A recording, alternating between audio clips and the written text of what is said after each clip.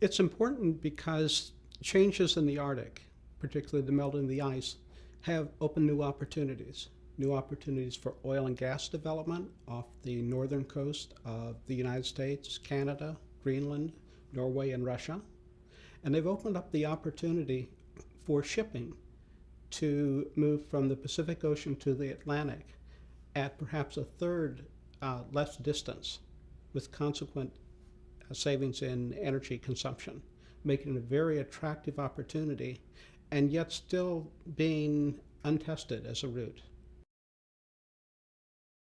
The strategic importance of the Arctic in the past has been limited largely to nuclear submarines under the Arctic and passage of aircraft making reconnaissance and strategic patrols over the ice. Now with the ice melting, it opens up new possibilities. For Russia, this is very important because Murmansk is their major port. For them, the melting of the ice gives them the long-sought blue water port for their Navy, as well as providing a way to move ships between the Atlantic and Pacific. For the United States, we have the same possibility, an alternative to the Panama Canal for moving vessels back and forth. But it also leaves open security issues common to any coastal area. How do you protect from poachers and resources, or people coming in? The Law of the Sea Convention is an effort, a successful one, to set a balance between the rights of nations to use the seas freely and the rights of coastal states to manage the exploitation of resources off their shores. Short review of what the Law of the Sea Convention covers would be security issues, sovereignty issues, and sustainable development. In addition, it also provides mechanisms for peaceful settlement of dispute. But all in all, what it does is it provides a rule of law for peaceful settlement of disputes and peaceful use of the seas. The United States is not party to the convention, but the United States follows the convention. In 1983, when Ronald Reagan decided we would not ratify the convention as it stood at that time, he still said that 90% of the convention we would follow. And all of the issues that deal with the Arctic Ocean fall into that area of parts that we follow. We confirmed that in Greenland in May with the 4 other Arctic states, agreeing that the law of the sea would be the body of law by which we resolve all our disputes. Congress has been looking hard at ratifying the convention. In October, we had hearings at the Senate Foreign Relations Committee that approved the resolution of advice and consent, which was then sent to the floor of the Senate. So it's waiting to find floor time. Unfortunately, it's very difficult to find floor time for examination of a difficult treaty in the middle of a presidential election. If we don't get it ratified by the end of 2008, we will have to start from scratch again with the new Congress, taking it to the Senate Foreign Relations Committee for hearings and moving forward until we have the resolution of advice and consent in a new Senate ready to go to the floor for a vote. Originally, the opposition had been to the section called Part 11, which deals with minerals on the deep sea bed outside of any definition of national territory. But those issues were resolved in 1994 by a subsequent agreement. And at that point, the United States signed that agreement and as a package submitted the convention and the agreement on implementation to the Senate. That's the part that is being considered by the Senate now. So the problems that Ronald Reagan had have been resolved. The problem now is that many people simply believe that the United States should be able to do what it wants at sea. And as a result, any convention only limits us. That is not the rule of law. That is license at sea, and that just is not a system that's going to work, which is why we've been pursuing it. Not just the government, but industry has been pursuing ratification. Environmental groups have been pursuing ratification. That it is probably the most widely supported international convention, certainly that I've ever worked on. But because of a small group of people that have been able to build up fears of participating in a collaborative international activity. They've managed to slow the process, particularly during an election year, to the point that it's taken the full 2 years to get it ready for a vote. There are probably about 10 senators who are hard set against it. The most widely visible had been Senator Inhofe from Oklahoma, who has a opposition to many UN activities, and several other people that may have more narrow opposition, but they've been working together. But the real opposition has come from a small group of Washington-based think tanks that largely are centered around anti-regulation activities.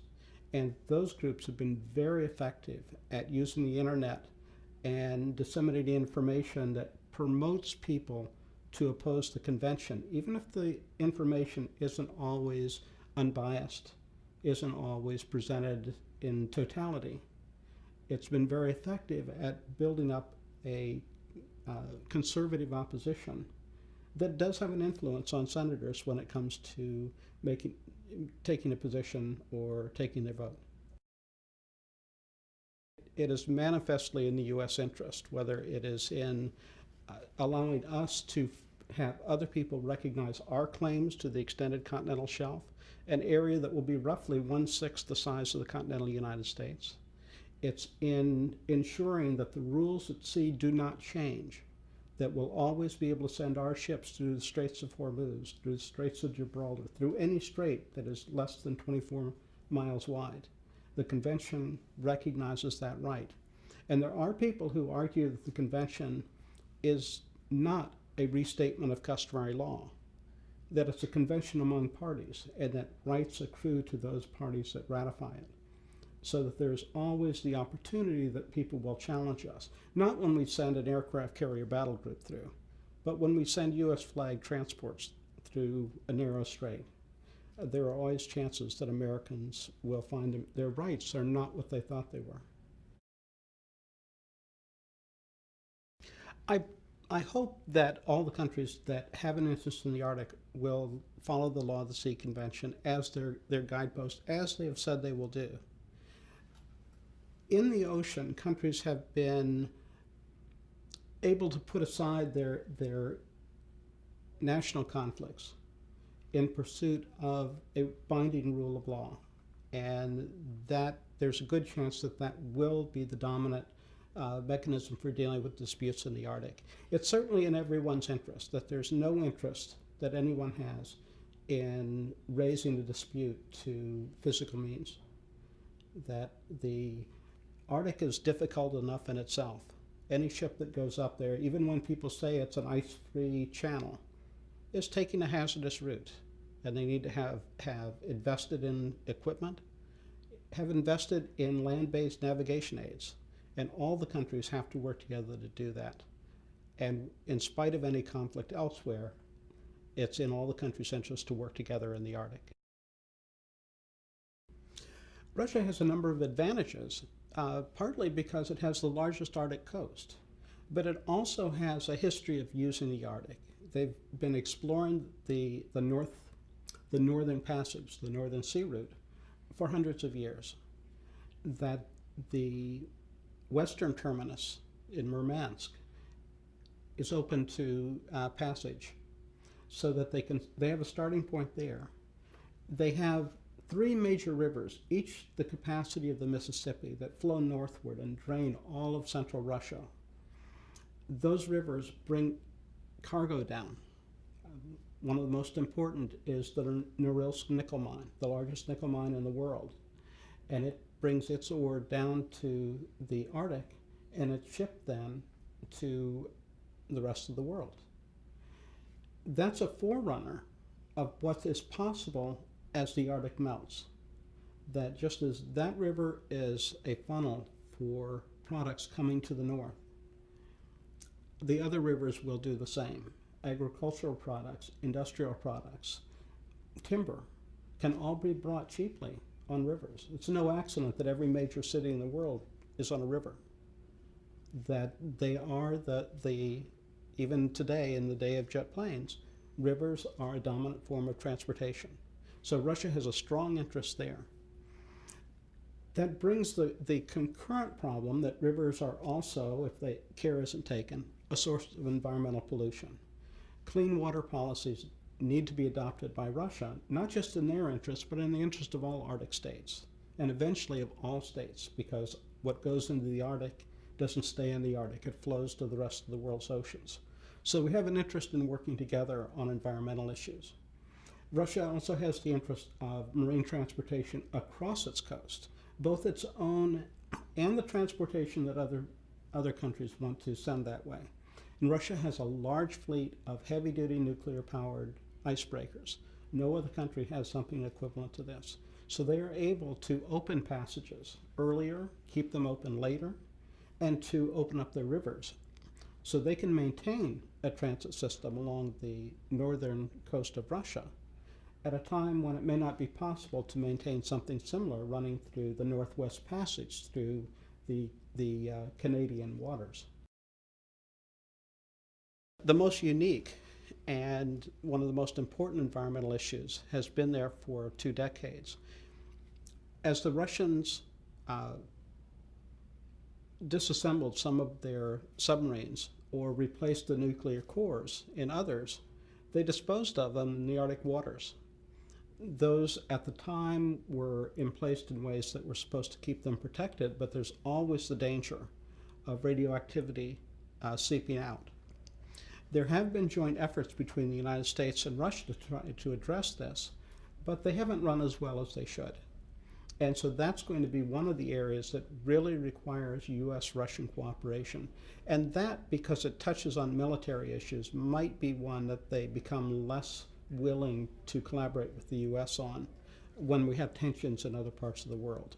It'll be a shame if it does, because dealing with radioactive material in the seas of the Arctic is something we really do have to address sooner than later.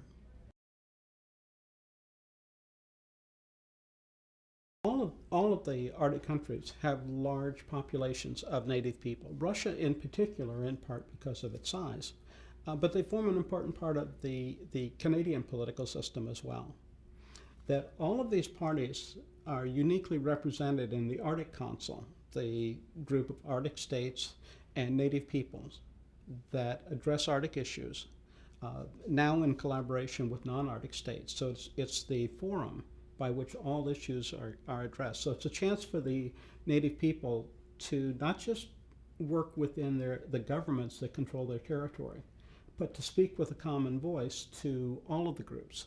So they do have an opportunity, but the threat to the native people isn't something that's easily changed by government policy. Melting of ice is driven by factors more than can be changed by a simple legislative act.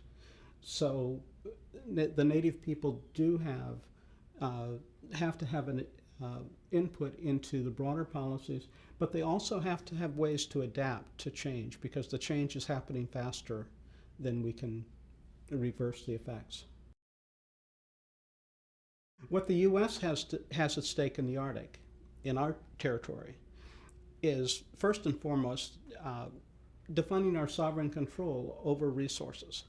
That the definition of the extended continental shelf, not just the geological definition of where we think it should be, but getting international recognition of that, because oil companies have told us time and time again that it isn't simply enough for the United States to say, this is our territory.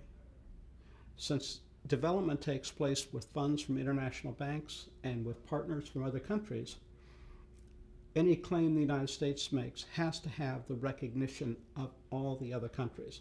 And the only mechanism for obtaining that is the Law of the Sea Convention through the Commission on the Limits of the Continental Shelf.